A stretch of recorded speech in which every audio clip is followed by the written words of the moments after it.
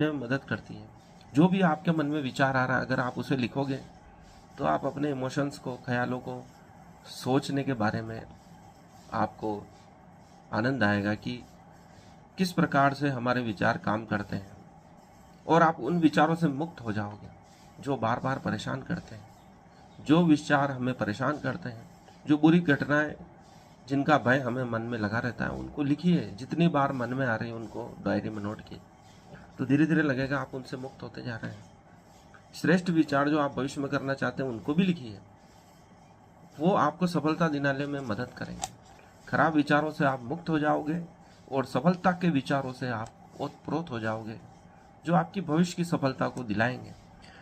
छोटा सा solo trip plan करें। अकेले कहीं जाना अजीब लग सकता है, पर यह आपको अपने कंफर्ट जोन से बाहर निकालता है और सेंसेस को रिचार्ज करता है।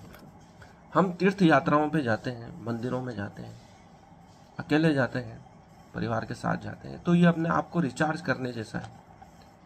हम जो ऊर्जा खो चुके हैं वह मंदिरों में जाने से पुनः प्राप्त हो जाती है, अकेले में प्रकृति के बीच में बैठने से पुनः प्राप्त हो जाती है, तीर्थ स्थानों पर जाने से पुनः प्राप्त हो जाती है। इसलिए अकेले कुछ समय ट्रिप प्लान करने का भी बड़ा महत्व है। अकेले में कोई रचनात्मक कार्य करें, जैसे वॉकिंग, गार्डनिंग, पेंटिंग या किताबें पढ़ना।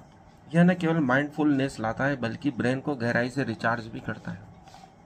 आप अकेले रहकर कुछ कुछ रचनात्मक कार्य कर सकते हैं, जैसे गार्डनिंग, बगीचे में साफ सफाई, नए पौधे लगाना, पेंटिंग कर सकते हैं, मूर्ति बना सकते हैं, कोई स्कल्पचर बना सकते हैं, किसी को आर्ट का शौक है, सिलाई बुनाई कर सकते हैं।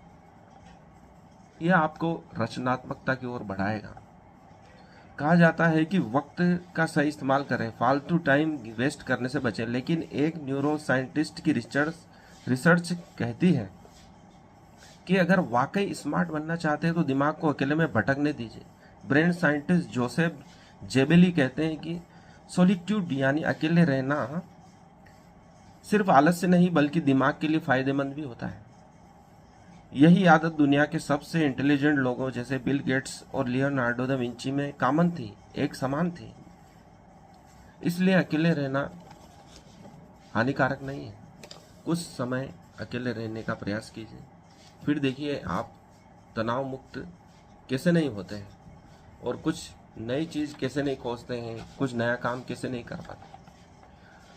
अर्जुन में एक विनम्र भाव था, बाल भाव था, जो सबको अपना बना लेता था। द्रोण सारी शिक्षा उस पर लुटा देते हैं, कृष्ण सारा ज्ञान अर्जुन पर उठेल देते हैं। जिस राज्य में वह जा